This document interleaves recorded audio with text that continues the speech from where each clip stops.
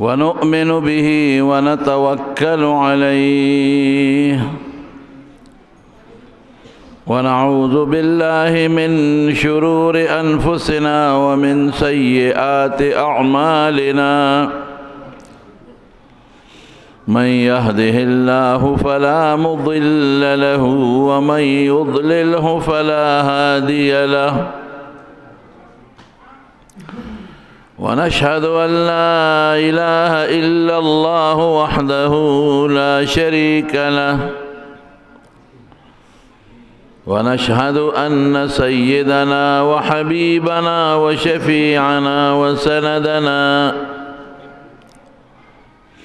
وسندنا ورحمتنا ومولانا محمدا عبده ورسوله سيد الأنبياء والمرسلين وخاتم النبيين صلى الله تعالى عليه وعلى آله وأصحابه وأزواجه أمهات المؤمنين أما بعد فأعوذ بالله من الشيطان الرجيم بسم الله الرحمن الرحيم قل أعوذ برب الفلق من شر ما خلق ومن شر غاسق إذا وقب ومن شر النفاثات في العقد ومن شر حاسد إذا حسد صدق الله العظيم درود شریف ہوا ہے اللهم صل وسلم على سيدنا ومولانا محمد وآله وصحبه أجمعين معزز علماء کرام او دغه مجلس حاضرین مسلمانان ورونو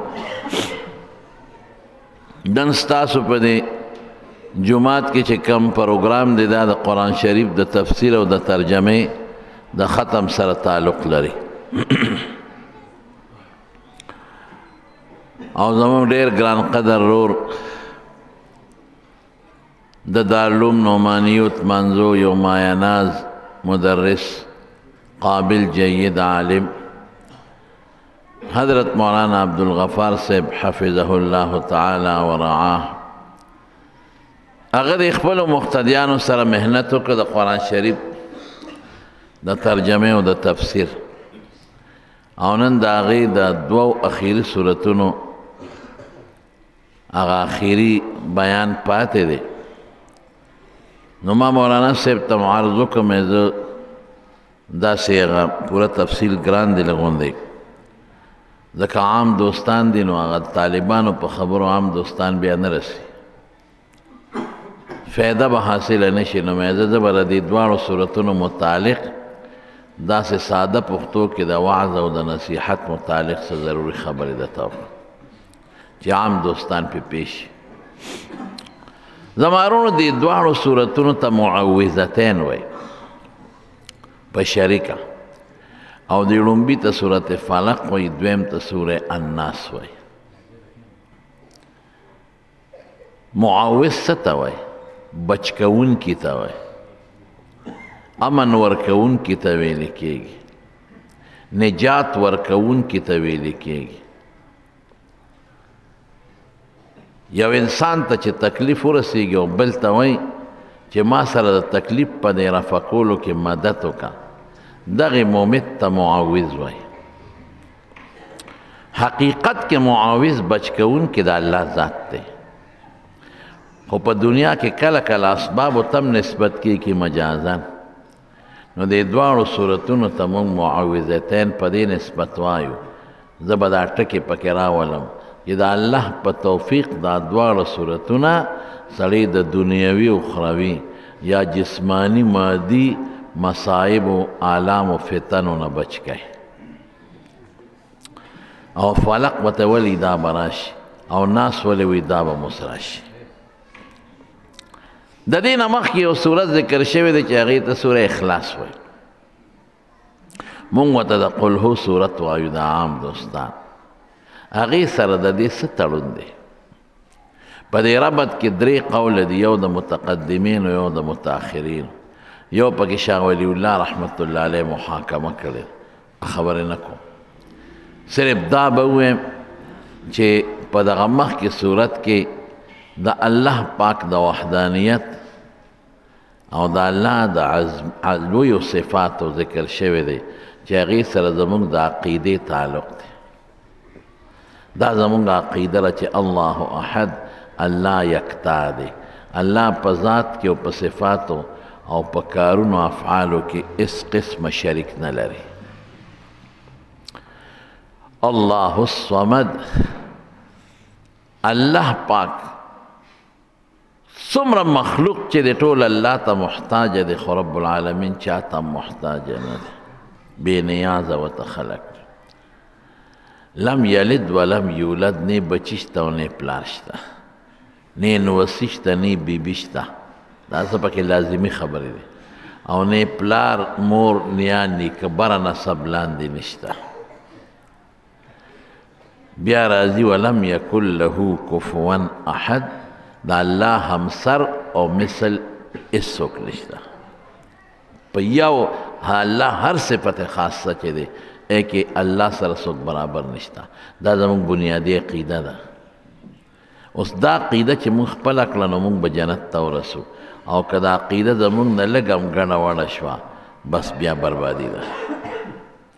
نو د انسان په زړه کې دا سوچ راځي چې دا عقیده به زه قبر ته څنګه رسوم.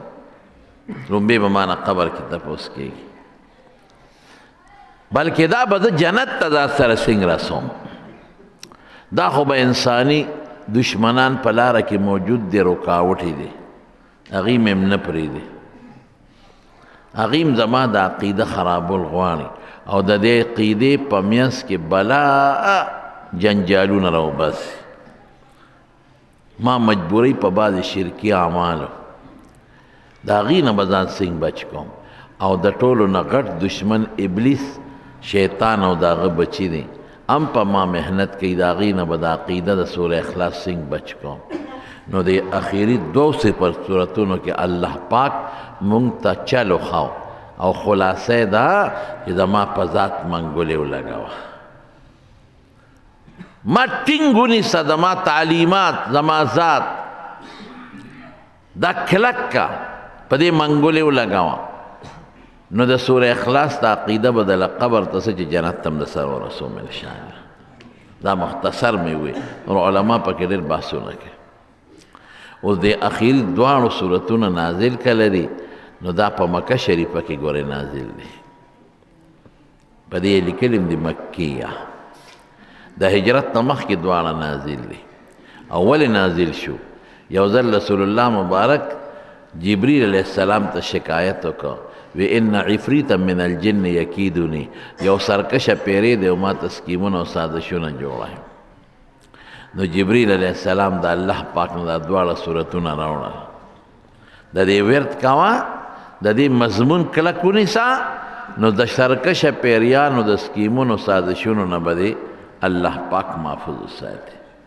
نو اصل کې دا د سرکشه پیریانو او د شیطانانو علاج دی. او چې بیا رسول الله مبارک مدینه شریفه ته هجرت وکړ او په مدینه منوره کې 6 کاله تیر کړل او 9 کال د هجرت شروع شو. سن 7 هجری محرم کې خیبر فتح شو. نو یهودیانو یو سازش وکړ رسول الله مبارک ته. سازش یې دا چې په مدینه منوره کې یو منافق و، لبیدی نوم او د پلار نوم یې اعصم و. هغه له 100 روپۍ پیسې ورکړې او یې ته په حضور پاک کوډ او جادو کا.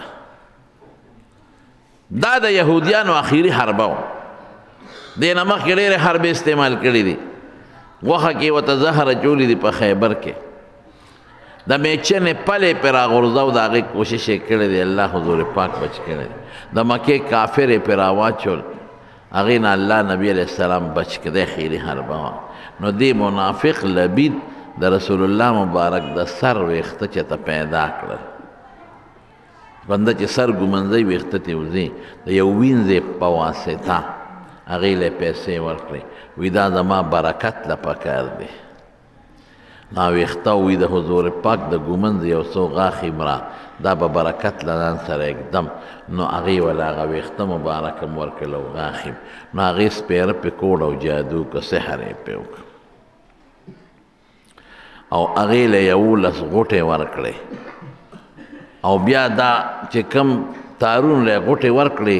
دې کې د ګمنځ غاښې م ورکړل او د ګنډلو ستنې م پکې ومنډلې او د کجورې په سر کې د کجوره کې نر او مادی د نر د کجورې په سر کې یو پوزکې غوندي دا غونچک پکې مخکې بند دي چې غونچک کولو شي ته لر شي هغې ته تاو که او مدینه شریفه کې یو کوي دی اوس نشته بیرې ځي اروان ورته وایي د هغه کوي د پاسه یو تیږی پخوا به د کویانو باندې تیږه پرته او خلکو پې بورقې ښوده چې بورقه د خټو نشي د هغه تیږې لاندې دا کوډه ښخه کړه. نو په حضور پاک اثر شروع شو. څوک 40 ورځې یادوي، څوک 6 میاشتې یادوي او څوک 1 کال. علماء تطبیق کوي وی دا 40 ورځې د سحر ابتدایي حالاتو، دا 6 میاشتې ډېر زیات تیز چلېدلی او دا باقي ورځې بیا یو پوټې لږ کمزوره شوی. دا جادو شو په رسول الله مبارک او پریشانه و سره. بی بی عائشې صدیقې ته فرمایي وي دا وجود مې داسې دی لکه چې چا تړلی وي. یو کار به یې کړی و ير به یې ورته دا مې جوړ نه دی کړی، نه به یې وکړی ير به یې دا مې جوړ کړی دی. خو ګورې وروڼو دې درمیان کې خپل جهادونه هم کړي دي،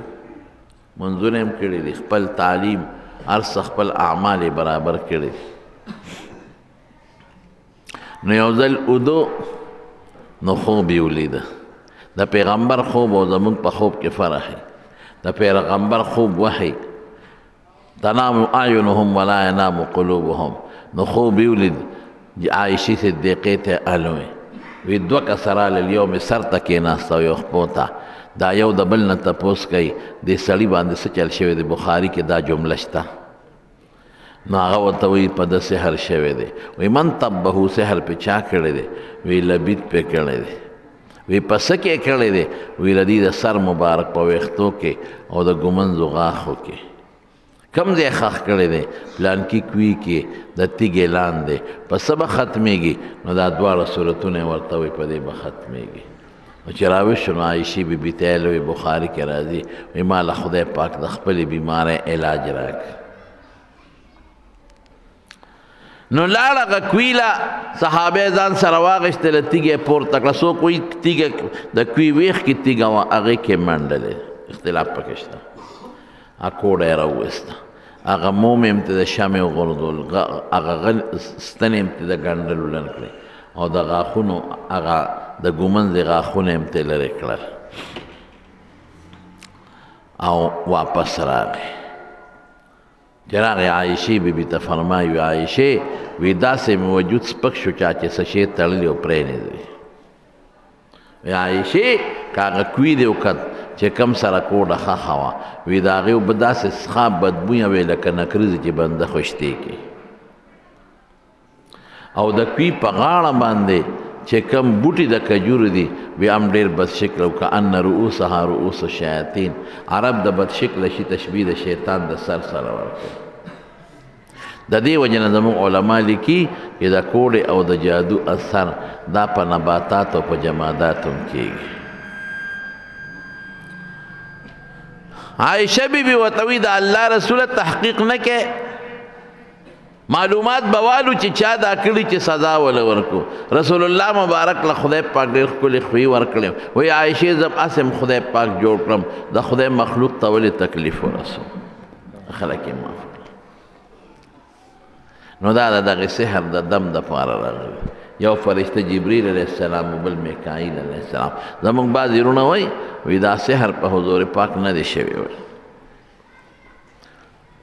او د قرآن شریف یو آیت په دلیل کې پیش کړي. قرآن شریف کې د مکې خلکو مسلمانانو له پیغور ورکاو وی ان تتبعون الا رجلا مسحورا وی ستاسو مشر چې چا تاسو تابعداري کوي هغه باندې خو سحر شوی دی نو که دا سحر په حضور پاک شوی بیا خو د هغې پیغور ټیک شو نو علما لیکي چې نه دا سحر هغه وخت نو شوی چې کم وخت د آیات نازلې ده دا په مکه کې آیت نازل دی او سحر وروسته په مدینه منوره کې شوی دی یا دا چې مسحور د مجنون په معنا سره دی ځکه د لیوانتوب پیغور خلکو ته کېږي د بیمار نه کېږي اوس که ته وایي چې هلکه ستا استاد جي خو بیمار دی نو داسې پیغور نه دی ستا په استاد جي خو چا جادو کړی دی داسې پیغور نه دی ته چې کوم مشر پسې روان دی هغه ناجوړه دی داسې پیغور نه دی او که دا ورته وایي چې ته کوم مشر پسې روان یې هغه لیونی دی دا پیغور دی لیونو پسې څوک نه دی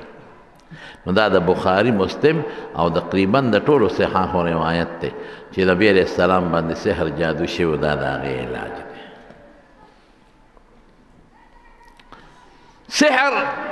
او جادو ثابت دی دې کې شک نشته قرآن شریف کې الله تعالی فرمایي بل ځای کې چې هغه دوه کسان به راتلل او خلکو ته به یې سحر هاو هاروت او ماروت يعلمون الناس السحر او سحر خطرناک شی دی د مارونو ګره علما لیکي وی که څوک جادو کوي سحر کوي او دې کې د کفر الفاظ د شرک الفاظ خدا جادوگر کافر دی وای رسول الله مبارک فرمای حد الساحر ضربة بالسيف رواه الترمذي دغه ساحر چې د کفر او د شرک الفاظ وای په تورت سر واغوسې که لرې کرو کې خو مونږ به نه کړو دا به بادشاه کوي او که چرته د کفر او د شرک الفاظ پکې نی او دی په دې جادو د خلکو میانس کې روانه پیدا کوي د ښځې د خاوند یا مسلمان له پې تکلیف ورکوي ضرر نو بیا حرام دی او که دی پې د جادو علاج کوي چې د سحر علاج پې وکړم نو بیا هم ورته ګورې علما مستحب نه وي مباحه ورته وایي فتنې شته نن سبا هم ګورې ډېر د جادوګر دی او خلق په غمونو اخته کړی دی څوک یو قسم جادو کوي او څوک بل قسم جادو کوي بهر کې د مارونو دا د هغې علاج شو اوس به راشو د دې صورت مختصره غوندې تشریح به درته وکړم دا دم شو دم خو منې که نه که نه منې دمونه ثابت دي ښه په دې کراچۍ کې یو شعر اوتی دی هغه وی دم شرک کفر دی وی شرک دی هلکه ولې یو دلیل وی دا د معتزله یو زمانه کې یو ډله تېره شوې ده یو ګمراه ډله معتزله د واصل ابن عطا شاګردان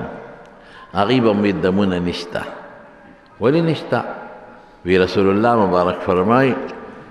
چې چا دم واچو استعمال کو نو د کې توکل نشته په خدای فقط برئ من التوکل او بل حدیث کې راځي چې او یا زره کسان به بی حسابه بی کتابه جنت ته ځي دا به څوکي دا به هغه خلک لا یسترقون چې دمونه به نه اچوي ولا یکتوون علاج به هم نه کوي دا کوي دا غواړه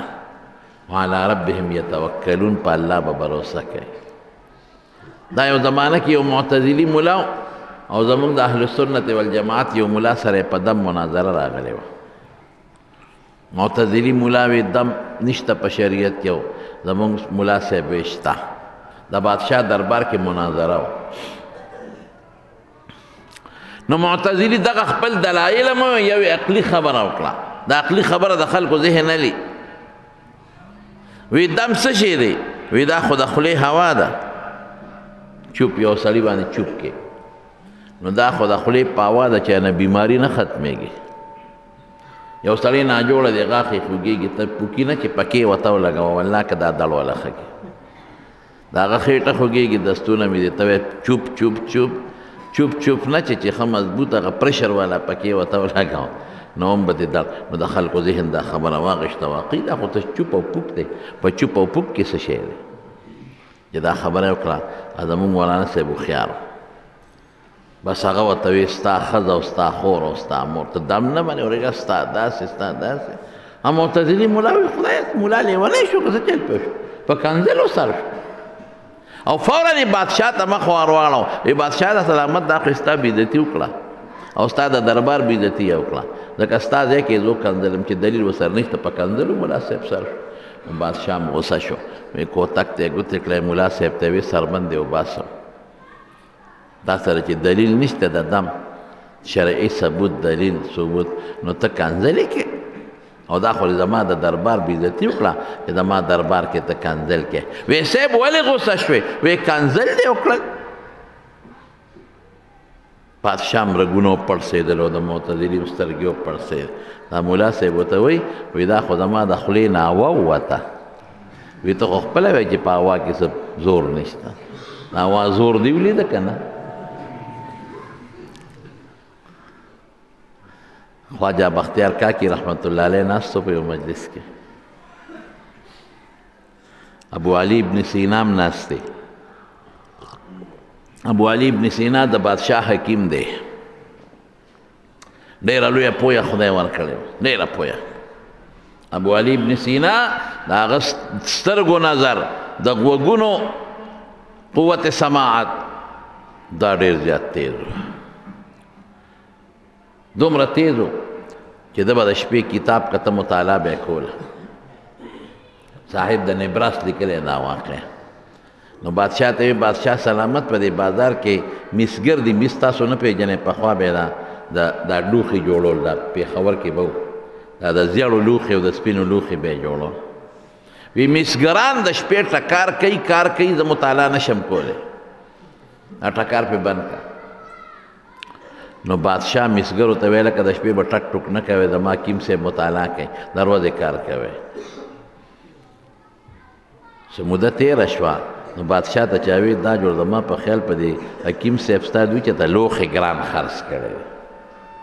نو په تا باندې پابندي ولګوله چې دوی به د شپې ټک ټک نه کوي دلته ټکار کم دی مونږ ټکار نه ورو دی اوري نو بادشاه وی حکیم صاحب ته غږ مه کوئ او مسګرو ته یې کار شروع کړئ خپل بېګاله کار کوئ مسګرو ټکار شروع کړل سار ابو علي ابن سینا بادشاه ته وی صاحب بېګا بیا ټکار ووایي دونه غوږونه یې تیز او سترګې څومره تیزې وې نظر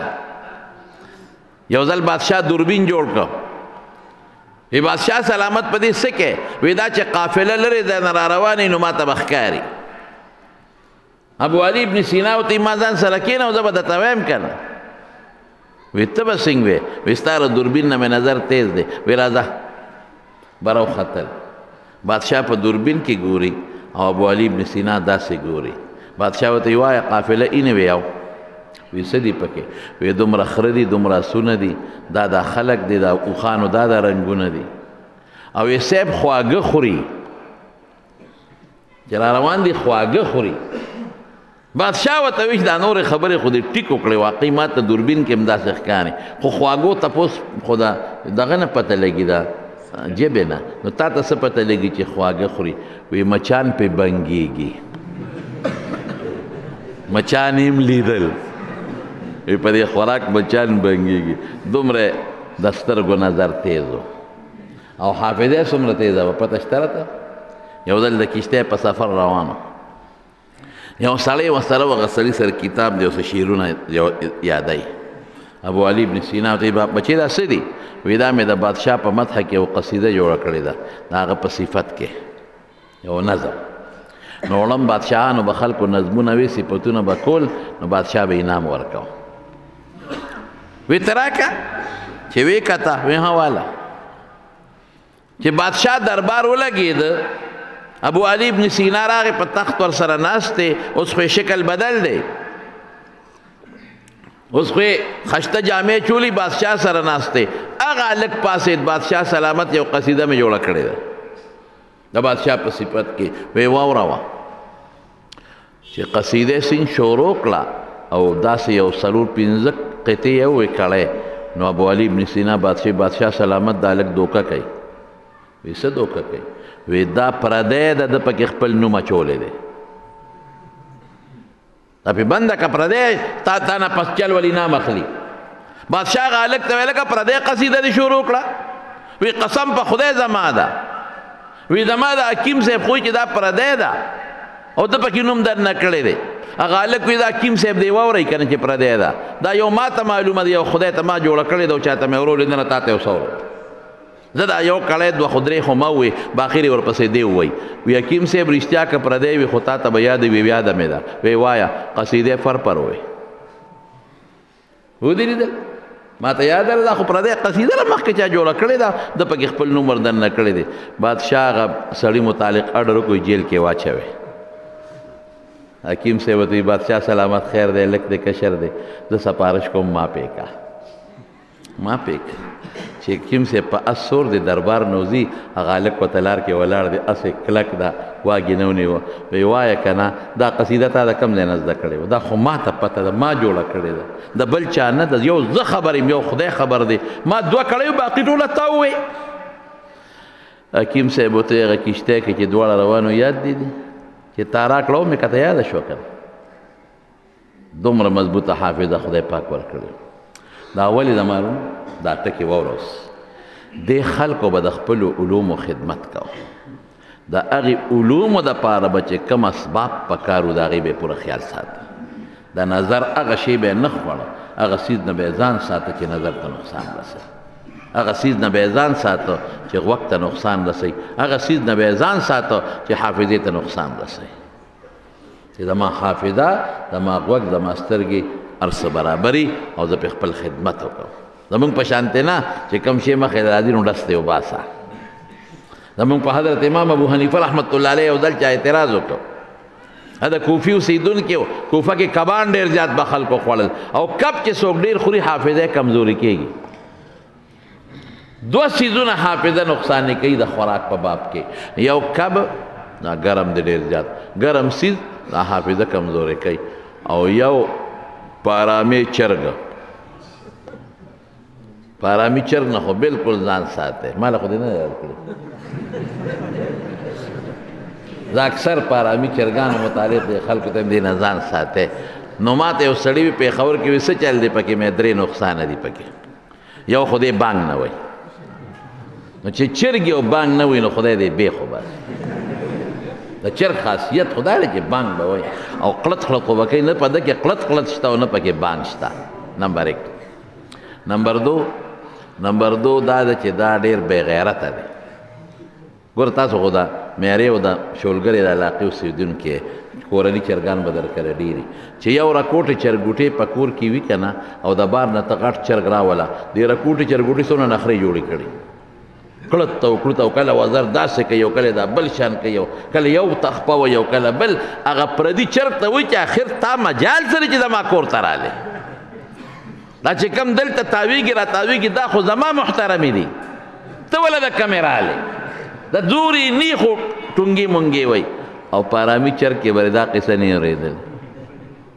که بل چرګ دې راوسته که نه او دې وګورې نو دې به مخوکه په ځمکه ننه باسي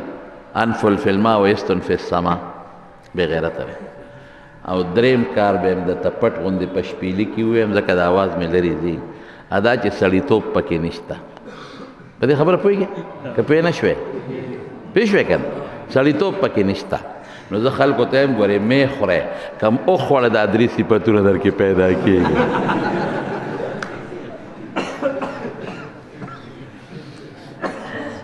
بهر کیف زمانونو خبره مې دې پورې کوله چې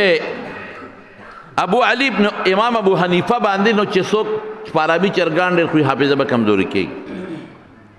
چې څوک کبان ډېر خوري حافظه به کمزوري کېږي ګرمې مسالې چې څومره خوري حافظه به کمزوري کېږي سترګو نظر به هم کمزوري کېږي او چې کم خلک ګناه ته ګوري په سترګو د علماو لیکلي دي چې امرت چې د چا په ویښته په ګیره په مخ نی او هغه ته په غلط نظر څوک ګوري یا ښځو ته ګوري سترګو نظر به هم کمزوري کېږي حافظه به هم خرابېږي زمونږ بزرګانو به د دې نه ځان ساته نو په امام ابو حنیفه چې اعتراض وکړ د هغه په شاګرد باندې وی ستاسو امام خو د کوفې دی که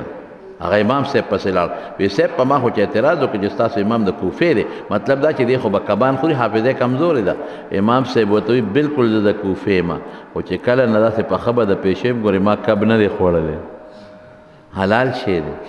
لحمن طریا قرآن شریف کې الله صفت هم کوي ولې حافظه مې خرابه نه کړي نو ابو علي ابن سینا ناست دی خواجه بختیار کاکی رحمت الله علیه هم ناست دی نو د ذکر صفت کاو چې ذکر باندې د الله په نوم دا ټوله دنیا آباده ولاړه ده د الله نوم د کائنات روح د روح او چې کلم د الله نوم د کائناتو نه ختم شو قیامت پر راشي لا تقوم الساعه حتى لا يقال في الارض الله الله دا صفتونه کول نو ابو علي ابن سینا ورته وی حضرت دا یو رکوټ ټکی او دا دومره لوی کمالات دي په ده کې دا پوټې نه ټکی او ته دومره انقلاب په دې دنیا کې دی رکوټ ټکی راوسته دی نو بس هغه خواجه بختیار کاکی ورته مخ ورواړو وی رټه وی ای خر تو چې ګویي وی خره ته پس ته سوې نو چې حکیم صاحب دی او د بادشاه حکیم دی او خلک یې قدر کوي او په ډک مجلس کې دی ورته خر ووی نو دا خو تباه و برباد بس حکیم صاحب رنګ بدلیږي را بدلیږي او کله توریږي او کله زیړیږي او حضرت صاحب لګیا دی خپل بیان کوي د ذکر صفت کوي چې مخ یې ور او خلکو پورې هم خانه چې مخ یې حکیم صاحب وی دا مخ دی ولې بدلیږي را بدلیږي کله توریږي او کله زیړیږي څه چل در باندې شو وی خر دی راته وی او رنګ مې نه بدلیږي زه خو په غټ مجلس کې په شرمونو شرمولم وی یو خر دی په وجود کې دونه لوی انقلاب راوسته نو د الله نوم به په دې کائناتو کې انقلاب نه راولي زمارونو دم چې دی که نه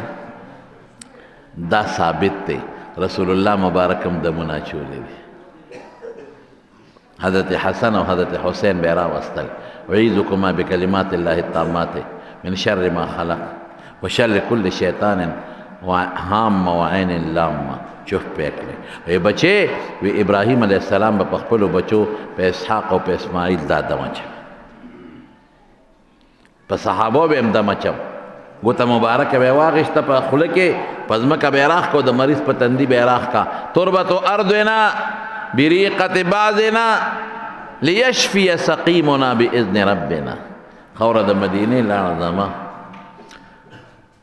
چې مریض ته شفا ملو شي خو د چا په اذن وایه غوندې الله وایه د چا په اذن یو ځل جبریل علیه السلام راغی رسول الله مبارک ته دم در باندې واچو بیماری ویو وی بسم الله یرقیک من کل داء یوزیک الله یشفیک د خدای په نوم دې دموم د هر مرض نه دموم شفا به الله درکوي اوس زمونږ عقیده به سي دم به استعمالو دارو به استعمالو لیکن عقیده بدی چې دم دارو میں جوړولی نشي په دم دارو کې د شفا اثر څوک اچي شوق سره وایي الله څوک الله دا عقیده دا دم به مؤثر حقیقی نه غني چې دم جوړ کړم ډاکټر جوړ کړم دارو جوړ کړم نه جوړون کې رب العالمین دا عقیده نو چې کوم ځای کې راځي کنه چې کوم انسان دم استعمال کړي بری د توکل نه دی دا غي دا معنا چې دا دم مؤثر حقیقي ګڼي چې دم جوړ کړم او کته اسباب نه استعمالوم دي ته تعطیل وای توکل دی ته وای چې اسباب استعمال کړي نتیجه کې باور پر رب العالمین وکوا نو حضور پاک چې ته دم سو کې استعمالي متوکل نه نو پیغمبر استعمال کړ جبريل ابراهيم عليه السلام نو دا متوکلین نشو نو سوال رسمه صده د سارو دا ډاکټر متوکل شو دا چا چې دا کتاب لیکل دمونه ثابت دي دا دم شو قل اعوذ برب الفلق مختصر معنا کوم قل او ای پیغمبر اعوذ پنانسم برب الفلق پرب د سبا دی آسان معنا نور علماء نور معنی کوي رب د فلق رب ستو زموږ علما لیکي وی دا رب په معنا د مربي دی اصل کې مصدر دی د رب یرب ربا په معنا د مربي مربي څه ته وایي یو شی له چې تدریجا ترقي ورکوي او کمال ته ورسوي لکه دا سبا چې دا اول داسې یو چون لاړ شي سپین والا بیا داسې شي ورو ورو زیاتیږي دا د انوار د راختو مقدمه ده نو دا ټوله دنیا روښانه شي. او فلق اصل کې په معنا د مفلوق دی، نو دا سبا دا مونږ چې معنا کوو دا لازمي معنا ده، دا تیاره اوښلیږي نو رڼا تېروځي. دا د مجاز مرسل په علاقو کې یوه علاقه ده. نو پناه نیسم په رب د سبا من شر ما خلق، د شر د هغه څیز نه چې الله پیدا کړی دی. اوس زمارونو زمونږ طالبان دلته سوال کوي، وی الله خو د سبا او د بیګا او د مازدیګر او د غرمې د هر شي رب دی، دا د فلق ذکر یې ولې وکړو؟ نو علما دی کې یو مشهور داسې وایي چې سبا راوخیږي رڼا راشي. دی کې حضور پاک ته اشارت ورکوي چې د کوډې او د جادو اثر به ختم چې د روغ صحت رڼا به راشي، د سازشانو د سازشونو تیاره به ختم شي، د امن رڼا به راشي، او د امت نه به د کفر او د ګمراهۍ تیاره ختم شي، او د ایمان او د هدایت رڼاګانې به راشي. لیکن زمارونو دی کې د خدای یو ډېر لوی قدرت ته اشارت دی. سبا چې راوخیږي که نه په دې کائناتو کې ډېر لوی انقلاب راشي. یو خو تیاره ختمه شو رڼا راله، یو د انقلاب دی. دویم انقلاب څه دی؟ موسمونه بدل شي، د شپې جدا موسم، د ورځې جدا موسم. دریم کائناتو کې لویه تبدیلي راشي، بعضې حیوانات چې هغه د شپې ګرځي هغه وده شي، او بعضې دی چې هغه د ورځې منډې وي د شپې وده شي. نو دومره لوی انقلاب راوستونکی ذات د هغه په ذات امان نیسم. او مولانا روم صاحب رحمت الله علیه یو بله وجه لیکلی ده، وی دا وقت مبارک دی ځکه پې دلته نسبت د ربوبیت د رب وته وشو. او وی سپی او ګړه یا چیلی یو شان لنګېږي، شپږ میاشتې کې سپی هم لنګېږي او شپږ میاشتې کې ګډه چیلی هم لنګېږي. او ګډه چیلی چې لنګه شي یا یو بچی راوړي یا دوه راوړي، او سپی چې لنګه شي نو درزن خواړو چې ته تللی نه دی، او کله ګروس ته مو رسېږي، شلو دېرشو ته هم رسېږي. نو ګورئ پیداوار د سپو زیات دی او د ګډو چیلو کم دی. او ګډه چیلی حلالیږي په ودونو کې، په اختر کې، او سپي نه حلالیږي. او چې موږ په معاشره کې ګورو نو سپي کم دی او ګډه چیلی ډېرې دي. په دې میرو کې او بانډو کې هر چا کره یو ګډه چیلی وي، او رمې یې ګرځي، د سپو رمه به چېرته نه لیدلې. وی دا ولې؟ وی دا د دې سبا برکت دی. وی ګډه چیلی ټوله شپه ودی، او چې کله پېشمني شي دا ویښی، چا چې ساتلي تپوس ته وکړي. او سپی ټوله شپه منډې ووایي چې پېشمني شي نو دا خدایوالي بیا وده پروت دی. نو دا د سبا برکت دی چې د سپو نسل خدای نه زیاتې ختم کړی دی، او د ګډو چیلو نسل خدای زیات کړی دی. حضور پاک مبارک هم فرمایي، حدیث کې راځي، یو ځل یې دعا وکړه، اللهم بارک لامتی فی بکورها، وی خدای زما امت چې سار وختي صبح سویرې څه کار کوي ته پکې وله برکت واچوي. سار وختي پاسې ښه جون کې بم برکتي، وختي پاسې تهجد کوي، دکانداری کوي او که زمینداری کوي وختي ځای ته ګوره چې برکت پکې پیدا کېږي. او که نه خو تاسو ګوره 12 بجو پورې فیسبک وکړئ، نو چې څوک د یوې او د 12 پورې فیسبک وکړي سهار وختي پاسېدی شي، خاورې به پاسي. من شر ما خلق دې کې وروسته یو تقدیر شته، خو زه به دا ووایم چې دې کې اشارت دې ته دی چې د ټول مخلوق شر د چا په قبضه قدرت کې دی؟ وایه د الله. بچکۍ به رېته څوک راولي، څوک بچکۍ به الله. ویمسسک الله بدر فلا کاشف له الا هو.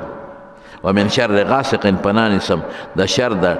تیارې شپې نه ډکه شپه، لیل غاسق موصوف مقدر دی. اذا وقبه اصل کې غسق ډکوالی ته وایي، عربوی غسقت العین اذا امتلعت من الدموع، چې سترګه د اوښکو نه ډکه شي. او وقوب داخلېدو ته وایي، عربوی وقبت الدیکه، کله چې چرګه مخوکه هغه ورښکته کي په دغه پسې دانې پسې. نو خپله معنا خو دا ده د شر د هغې شپې نه چې هغه ډکه ده د تیارې نه.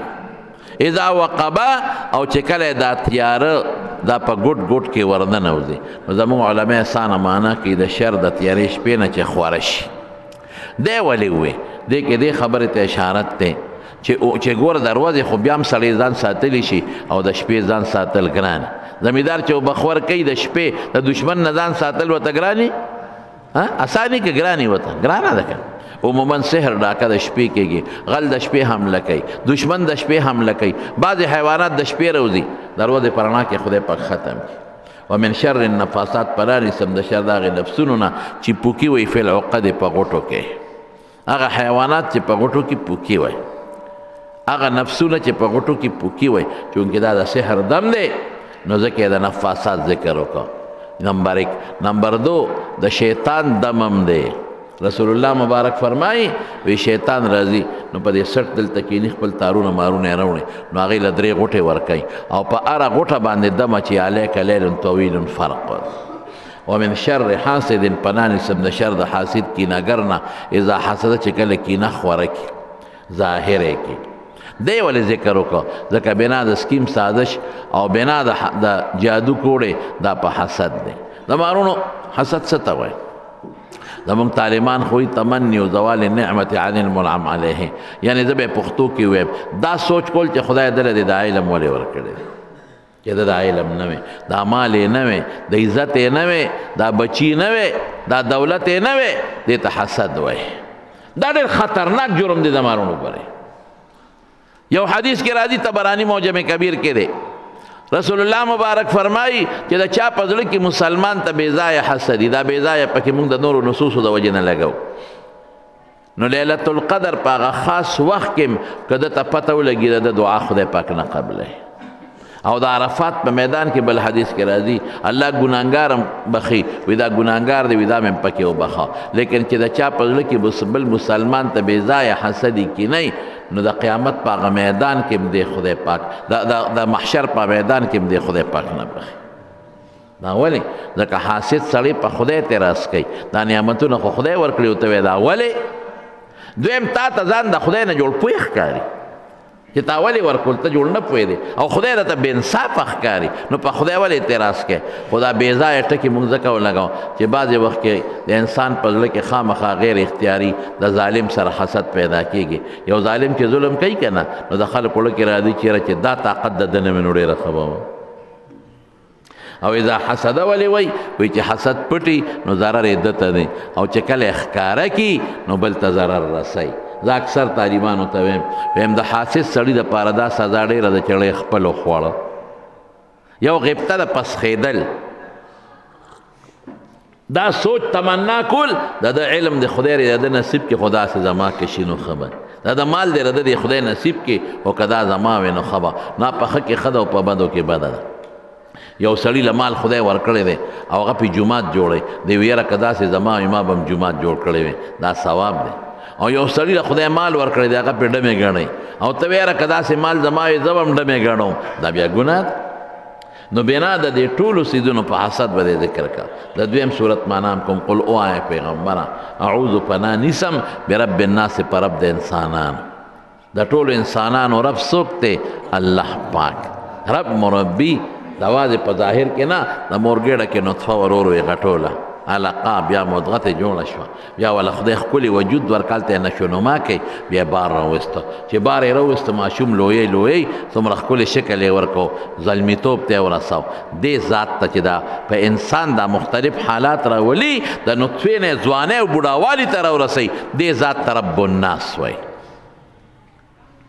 نو سوال دلته کېږي چې الله خو یوازې د انسان رب نه دی، د پیریانو او د شیطانانو د فرشتو د کائناتو ټولو رب دی، ولې تخصیص د ناس وکړه؟ نو بعضې علما وایي وی دا اشرف المخلوقات دی ځکه یې تخصیص وکړه. او لیکن ښکلې خبره ده چې د انسان د الله کامل ربوبیت د انسان نه معلومیږي. انسان کې چې کومې نښې او کوم صفات دي دا په بل حیوان کې نشته. نو پناه نیسم برب الناس، ملک الناس داسې به نه وی ښه چې بادشاه د خلکو دی، دا معنا غلطه ده، دا عطف بیان دی. معنا به داسې کو پناه نیسم په رب د انسانانو، پناه نیسم په بادشاه د انسانانو، او پناه نیسم په معبود د انسانانو. حقیقي بادشاه خو الله دی که زمونږ دا ناولې بادشاهان نن بادشاهي سبا په جیل کې پروت دی، او د عبادت لایق چې مستحق د عبادت چې دا تندې ورته لګي، رښتیا ووایه دا څوک دی؟ دا د الله ذات دی، بس څوک نه.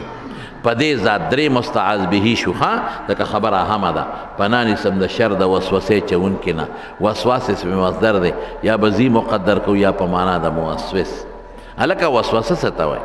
دلته شیطان دی اړه ته ناست دی ګناه ورچوي، دلته فرشته ورته ناسته ده نیکي ورچوي، چې دا کومه فرشته ورته نیکي ورکړي ده ته ملهمه وایي، او د د القاء الخیر ته الهام وایي، او چې کوم شیطان ناست دی هغه ته وسواس وایي، او چې کومه ګناه ورچوي هغې ته وسوسه وایي. خلک نه وایي یوړه مې وایي چې دا کار وکړه بل مې وایي چې مه کوه، وروڼه خو دوه نه دي یو ده. دا ښه خبره ورته ملهم فرشته ورچوي، او دا خرابه خبره دا ورته وسواس شیطان اچوي، اړه ته پټ ناست دی. اوس به ته وایې چې دا دونه خطرناکه بلا رادنه او بچ کېږم څنګه؟ زما یو مقتدي اوس مړ دی بوډا، هغه وی مولوي صاحب د شیطان خو مونږ غرق او تباه کړو، وی که دې ماله په ګوتو راغی په چکونو به ترې سا وباسم. ما وی که ماله په ګوتو راغی په دې 4 انچي بور کې به یې منډم او په دا بورقه به یې وام. مې ته پې خوله پلیتی چې چک پې لګی په دې خبیث، نو ما ته وی ته پې اوبه پلیتی چې په بورقه کې وی. نو انسان وایي چې داسې دشمن دی چې په ان الشیطان یجري من الانسان مجرى الدم په دې رګونو کې چلیږي. هر سړی وایي یاره که دې خدای په ګوتو راوسته که نه د سره به زه څه کوم پټ ناست دی. او زما وروڼو زه راته د دم ښیم، قرآن یې ښیي الخناس د الجوار الکنس الخنس دی پټیږي تختی بیا روکیږي په څه؟ د الله په ذکر، چې د الله نوم دی واغش تختی بیا. الشیطان جاسم علی قلب ابن آدم، د مسلمان په سینې ګونټې ماتې کړي دي په زړه. اذا غفل وسوسه، چې کله دې غافل شي شیطان وسوسې اچوي. او اذا ذکر الله خنسا، او چې د انسان الله یاد کی بیا تختی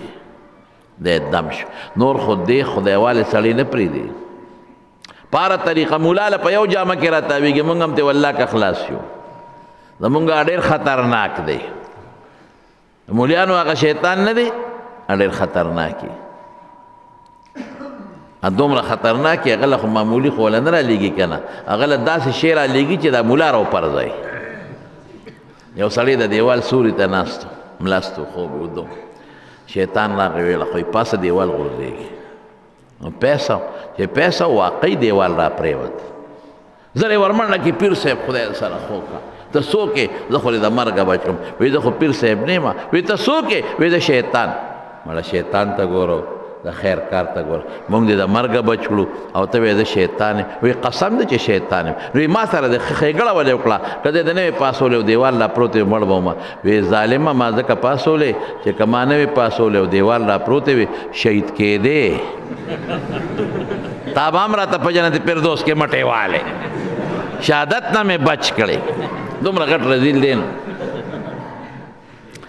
یو سړي به وایي اعوذ بالله من الشیطان الرجیم، اعوذ بالله من الشیطان الرجیم. شیطان مله راغی، وی دا د چا نه امن غواړئ؟ وی د شیطان نه. وی څه چلی کړی دی؟ څه چلی کړی؟ مونږ یې غرق او تباه کړو خو چلی کړی. وی زه شیطان یم هغه ورته وایي ما تا سره څه چل کړی دی؟ وی دا خلک دا ګناهونه کوي دا پې ته نه کوې؟ وی زما څه کار دی؟ وی تا چې پرون پردې شوتل ریبه نو ما د لور په لاس کې درکړی چې وریبه، ما درته پنډ اوچت کړی دی. ستا هغه بل لور چې پرون په مسلمان ډس کو ټوپک ما ورکړی دی، ما وله په ماشه ګوته راښکلی دی. ته چې غلا کې او ډاکه کې او دا د دنیا ناروا کې او پیو کې اوبه اچې، دا ما درته ویلي ما پکې د بورقه راایستې را. سړی وایي خدای داسې په جنجال واوړېده، واقعي امام راضي غوندې سړي ورسره مقابله نه ده کړې، نو موتا به ورسره څوک دا څه؟ وی ستا پکې څه نشته؟ وی جناب دا ټول کارونه تاسو کوئ موږ بدناموئ، زما صرف ګوته راښکل دي. وی څه مطلب؟ وی راځه وایه ته بازار ته، یو دکاندار دی هغه له د باندې نه چا شات یا غوړي راوړي، شیطان ګوته راواغېسته او په دیوال یې راښکه. وی دقه زما کار دی، باقي ګوره ستا ټول کار ستاسو دی. هغې له چېرته څه چرمخکۍ مرمخکۍ راله،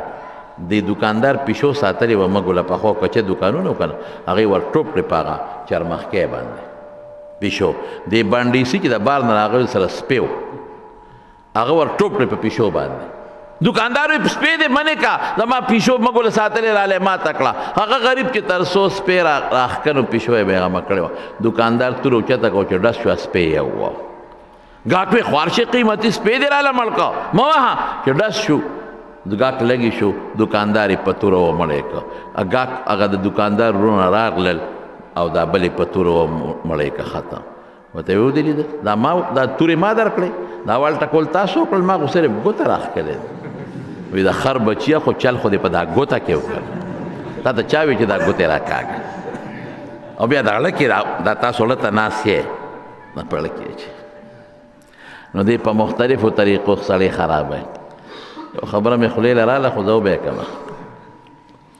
یو سړي به کټ کې متیادې کولې ښځې ورته وایي بس دی که نه بس یې که سړیه اوس خو دې بچي وشو او هر ساعت ستا تولی زما هغه تا چولي بینتې دي بس خدای ته وګوره یا ښځې وي دا زما په وس کې نه ده خو شیطان راشي او ما ته وي متیاد یې وکړه بس چې وکړم کټ کې مې کړي وی شیطان وي او خو دومره ناشنا سړي سره د یارانه ده او ته دې څه پیدا نه هلې وی څه پیدا ته والم وی چې بیګا راشي او تا ته وي چې متیاد یې وکړه وی نن نه کوم نن ما بوزه مال چېرته بینک نه بوزه خزانه راکړه پیسې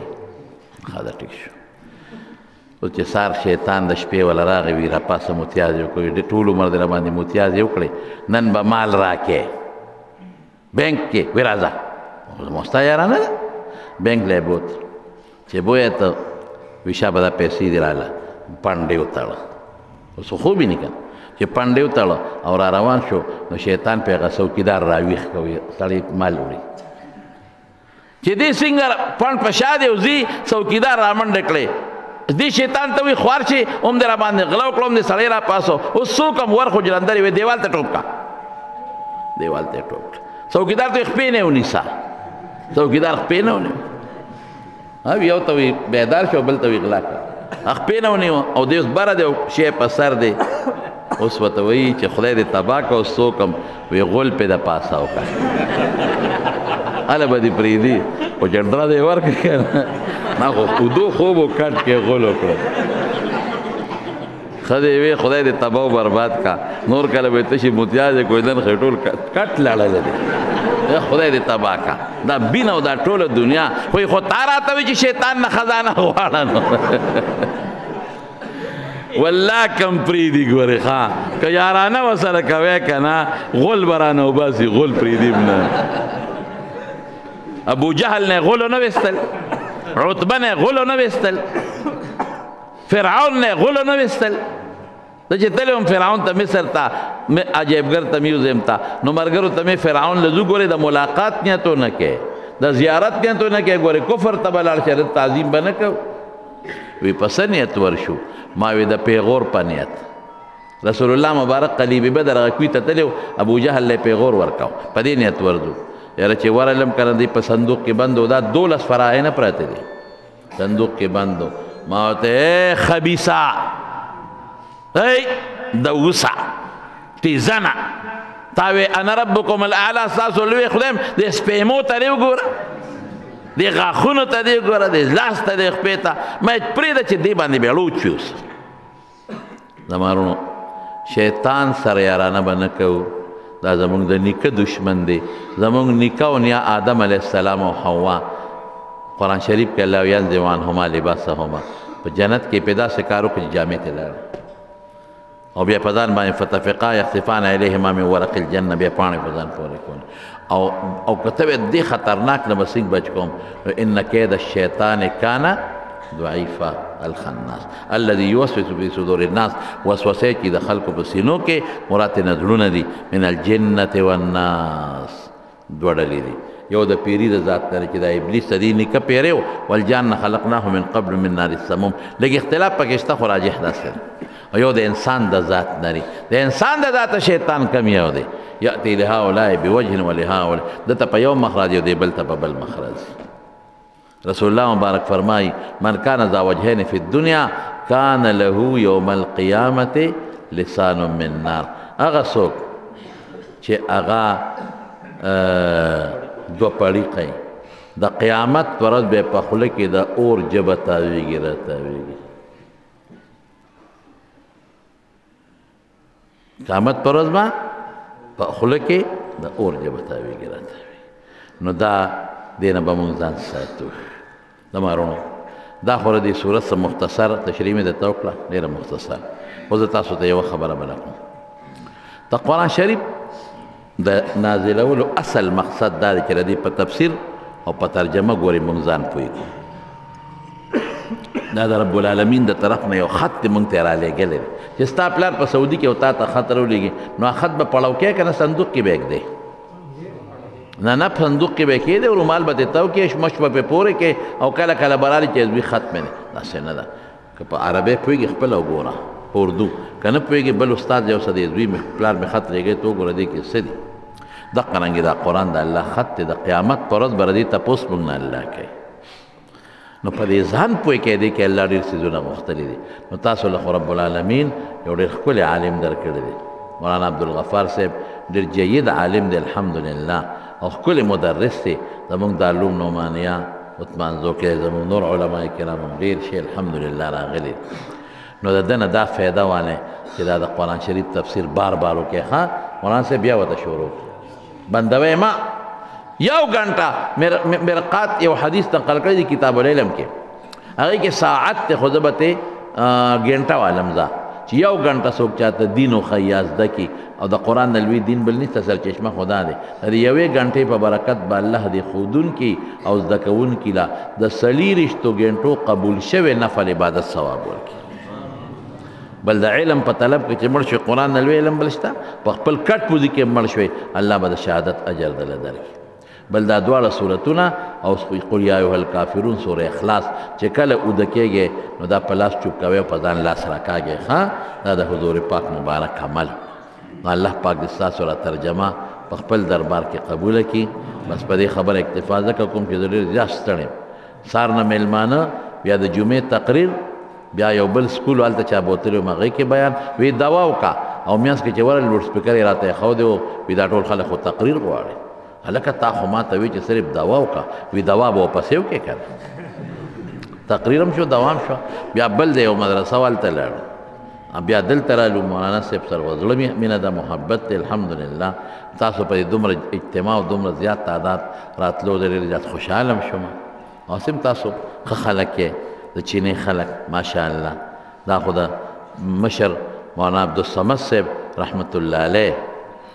تاسو د هلکانو ته به نشي یاد دی مشرانو ته یاد دی ډېر بزرګ هستي وه ډېر نیک انسان او بیا زمونږ قایي صاحب هغه خو د تاسو د قایي صاحب په برکت خو ستاسو چینه بس ځلېدلې ده